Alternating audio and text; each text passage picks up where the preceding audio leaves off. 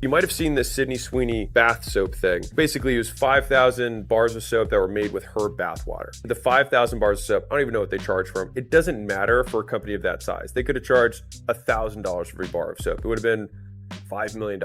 It probably wouldn't make that big of a difference for that size company. You just have to have context here. They probably paid Sydney Sweeney more than $5 million. What they did get is me and you and all of the other internet talking about this. Before we dive in, make sure to subscribe to the channel because this drama is about to get wild. Let's get into it. Sydney Sweeney's career has been taking some unexpected turns. Reports say her newest film had one of the toughest openings in recent memory, earning just over $1 million during its debut weekend. That makes 3 movies this year that didn't quite meet expectations. And even more surprising, her co-star reportedly skipped out on press interviews, while a statement from the White House's official account appeared to show support for her online. Just a couple of years ago, Sydney was everywhere. From Euphoria fame to major movie deals and massive brand partnerships. But 2025 seems to have brought some serious challenges. Her latest project, Christie, has reportedly made box office history for the wrong reason, with a dramatic 91% drop in its second weekend. Before that, her film Eden earned around $2.5 million against a $35 million budget, and Americana reportedly brought in less than $500,000. That's 3 difficult releases back to back. Still, the story doesn't stop at the numbers. Between these box office struggles, Sydney's name has been linked to several viral controversies, including a headline-grabbing promotion where she allegedly sold soap said to contain her bathwater. Whether a publicity stunt or a marketing experiment, it definitely had people talking. Then came the American Eagle jeans campaign, and it instantly stirred major online debate. Some social media users accused Sydney of promoting controversial themes, while others strongly defended her. Around the same time, reports surfaced that she had registered as a Republican in June 2024, right before the national election. Soon after, former President Trump reportedly mentioned her in a tweet, and his vice president, J.D. Vance, even discussed her situation on a podcast. Within days, several tech executives and political commentators began labeling her a symbol of right-wing culture online, whether she wanted that or not. Throughout all of this, Sydney remained completely silent for months. No statements, no interviews, no clarifications, nothing.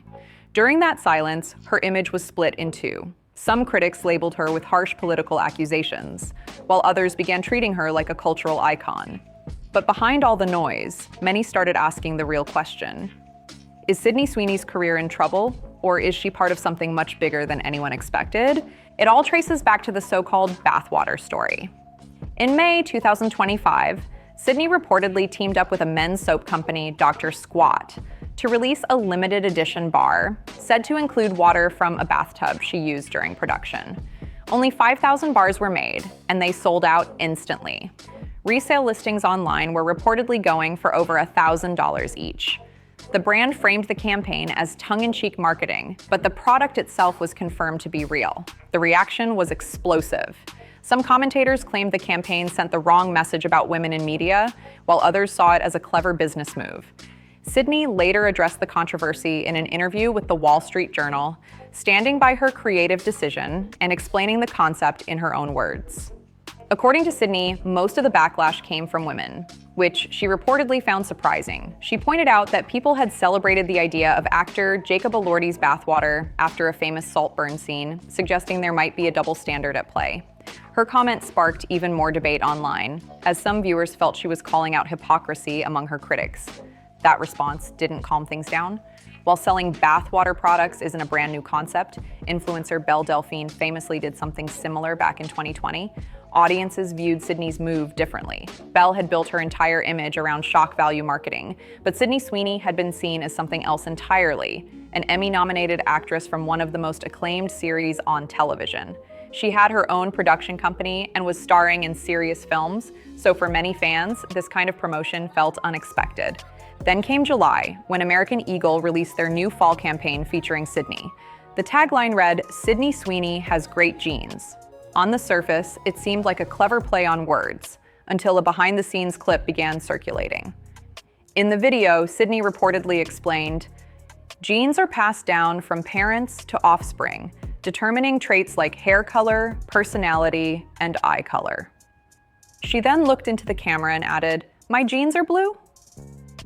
The internet quickly reacted. Some users interpreted the ad as referencing ideas about genetics and claimed it sent the wrong message. Others defended it as a harmless pun that was misunderstood. Several online commentators and even a few university academics weighed in, suggesting the campaign may have unintentionally echoed sensitive themes related to genetic imagery in advertising.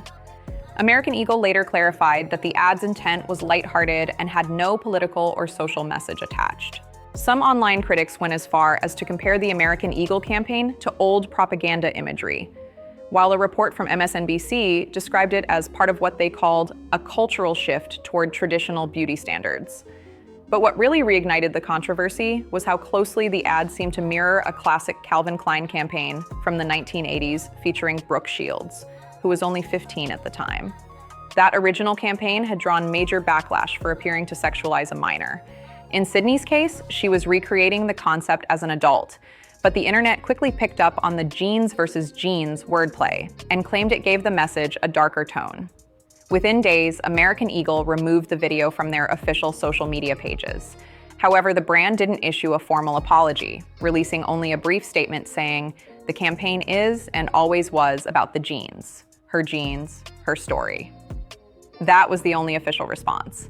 As for Sydney, she remained completely silent. No interviews, no comments, nothing.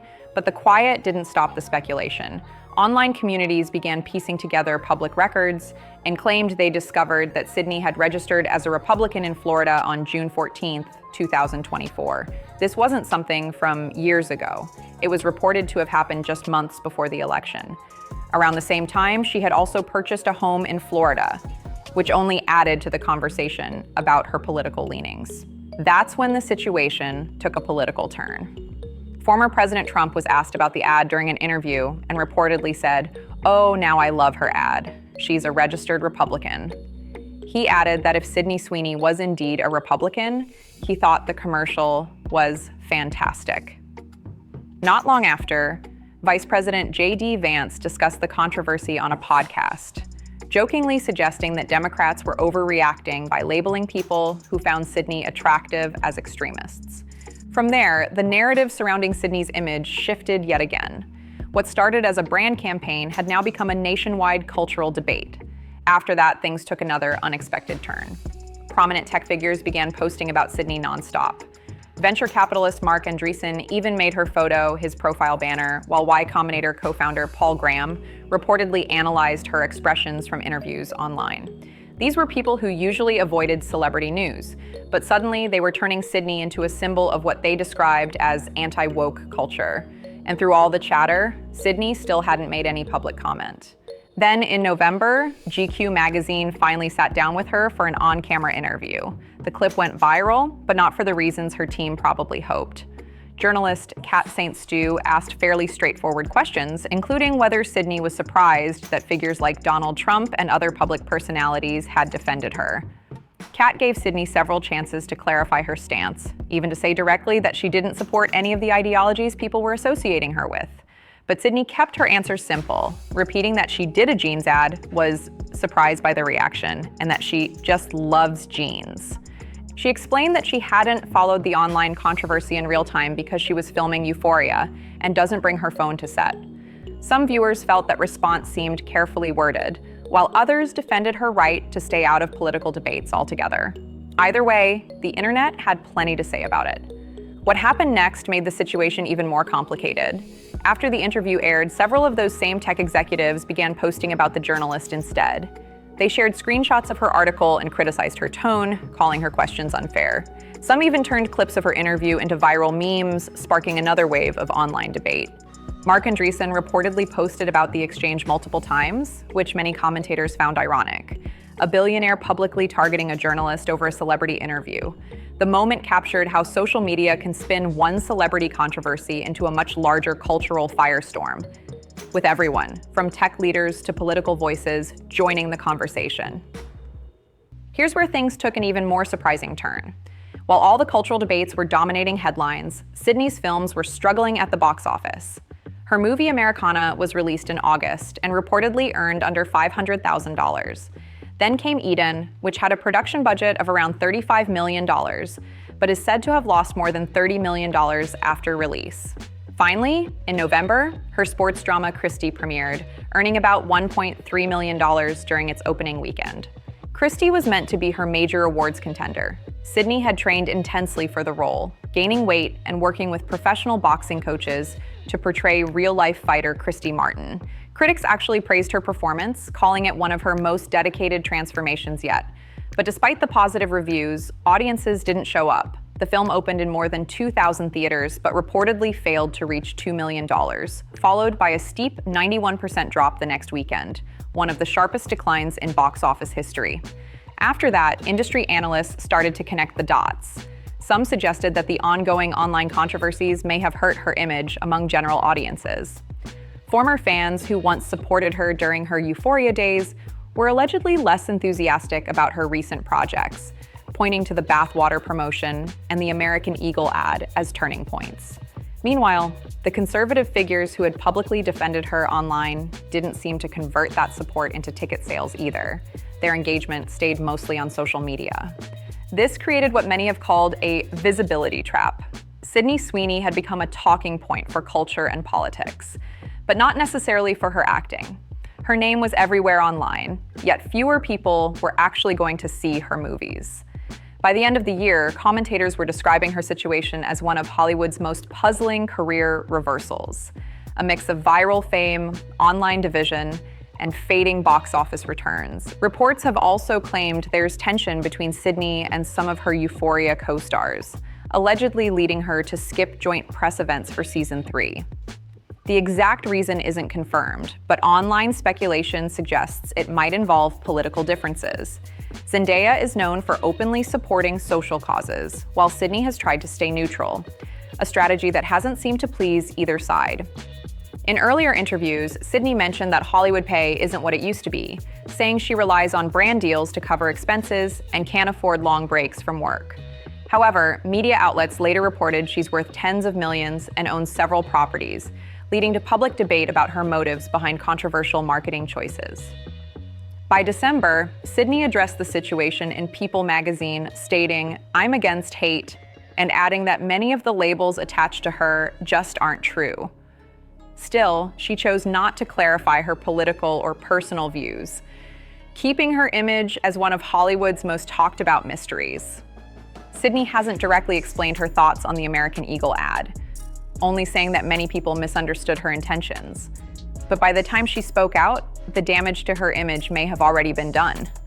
Her next film, The Housemaid, is set to release later this month, reportedly competing with the new Avatar movie.